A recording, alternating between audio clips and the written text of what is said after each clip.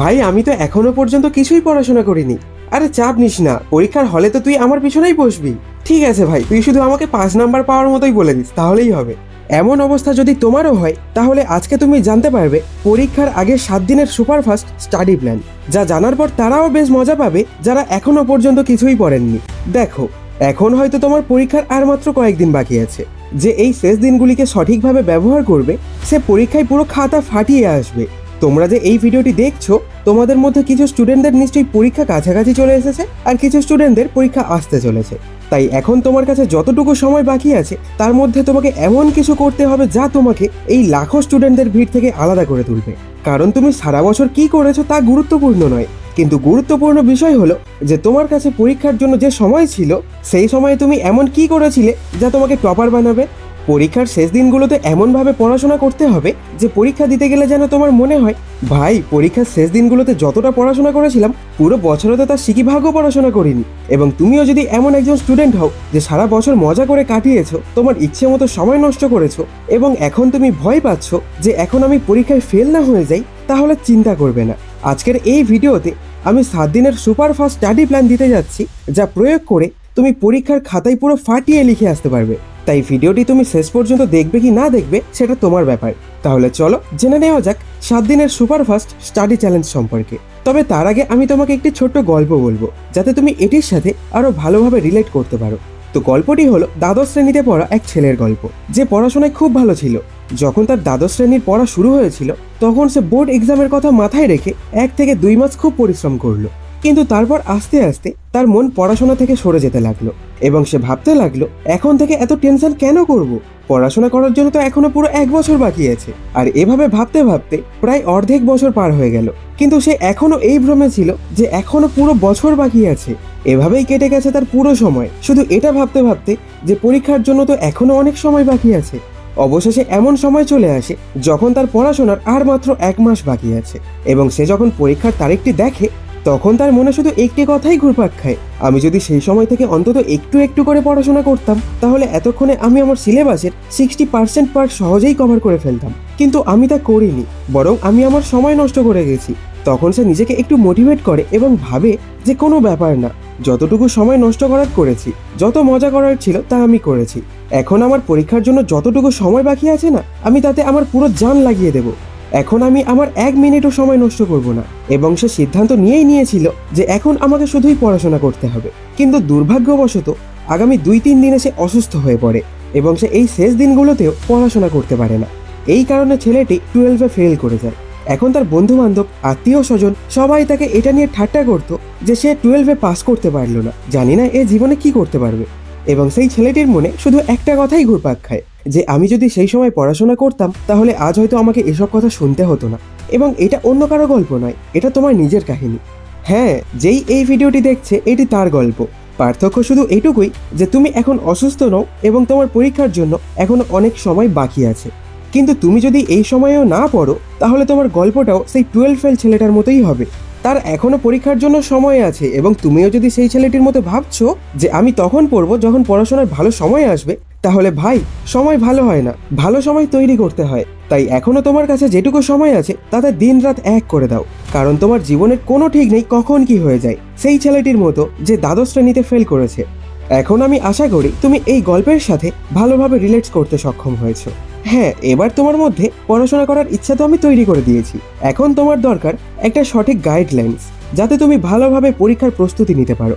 তাই এবার আমি তোমাকে 7 দিনের সুপারফাস্ট স্টাডি প্ল্যান সম্পর্কে বলতে যাচ্ছি, যা তোমার পড়াশোনাকে নেক্সট লেভেলে নিয়ে যেতে চলেছে। তো চলো এটিকে গভীরভাবে বুঝি। প্রথম দিন, তোমার কাছে থাকে 7 দিনের মধ্যে প্রথম দিন তোমাকে তোমার সিলেবাস অ্যানালাইসিস মানে বিশ্লেষণ করতে হবে, যে কোন অধ্যায় থেকে কত নম্বরের প্রশ্ন তৈরি করা হয় এবং কিভাবে প্রশ্ন তৈরি করা হয়। আর কিভাবে এটি করতে হবে আমি তোমাকে বলে দিচ্ছি। এর জন্য তোমাকে তোমার বিগত 5 বছরের প্রশ্নপত্র তুলতে হবে, এবং সেখান থেকে দেখতে হবে যে প্রতি বছর কোন অধ্যায় থেকে কোন ধরনের কোশ্চেন তৈরি করা হয়। যেমন ধরো তোমার একটি বাংলার চ্যাপ্টার আছে এবং এখন তোমাকে 2019 সালের প্রশ্নপত্র তুলতে হবে।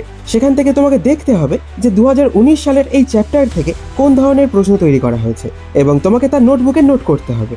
আর একইভাবে তোমাকে 2020, 2021 2022, 2023, 2024 সালের প্রশ্নপত্র তুলতে হবে এবং সেখানেও এটি দেখতে হবে যে কোন চ্যাপ্টার থেকে কোন বছরে কি কি প্রশ্ন তৈরি করা হয়েছে।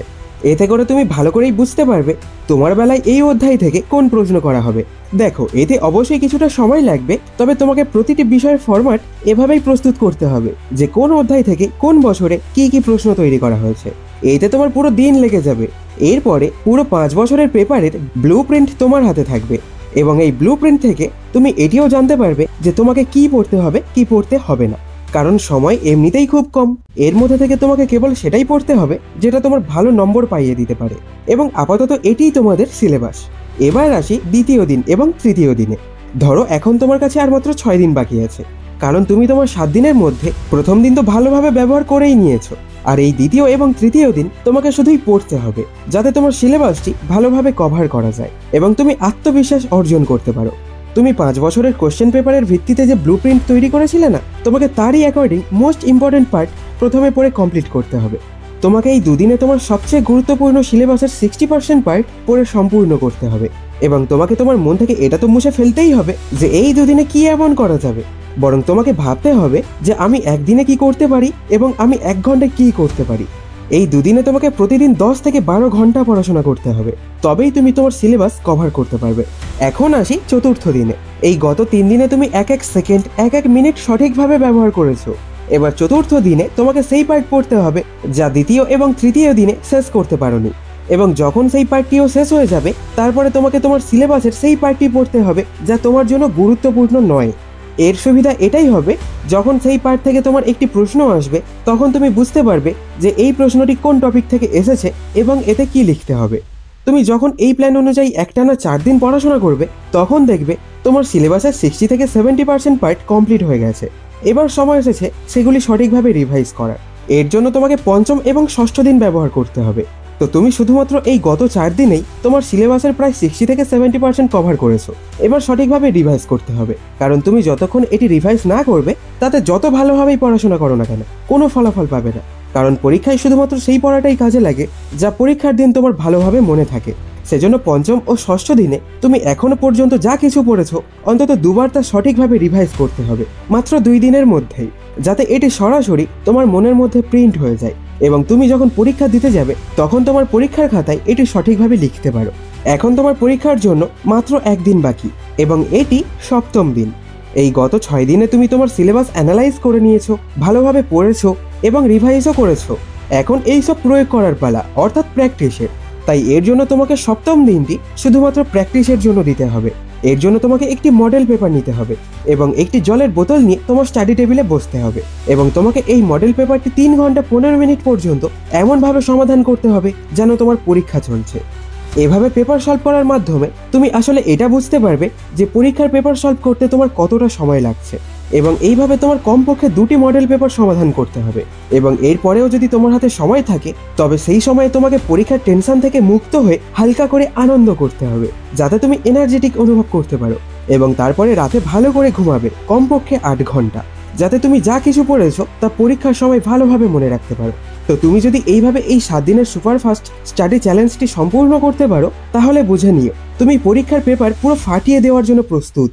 যদিও আমরা মাত্র 7 দিনের জন্য প্রস্তুত নিয়েছি, কিন্তু এই 7 দিনে আমরা গুরুত্ব সহকারে এবং সম্পূর্ণ পরিকল্পনার সাথে প্রস্তুতি নিয়েছি। আমরা প্রতিটি কাজ ধাপে ধাপে সম্পন্ন করেছি এবং যে ব্যক্তি পূর্ণ পরিকল্পনা নিয়ে যুদ্ধ করতে প্রস্তুত থাকে তাকে যুদ্ধে পরাজিত করা প্রায় অসম্ভব। তাই তুমি পূর্ণ আত্মবিশ্বাসের সাথে পরীক্ষা দিতে প্রস্তুত থেকো আর কমেন্টে জানিও তুমি রেডি তো।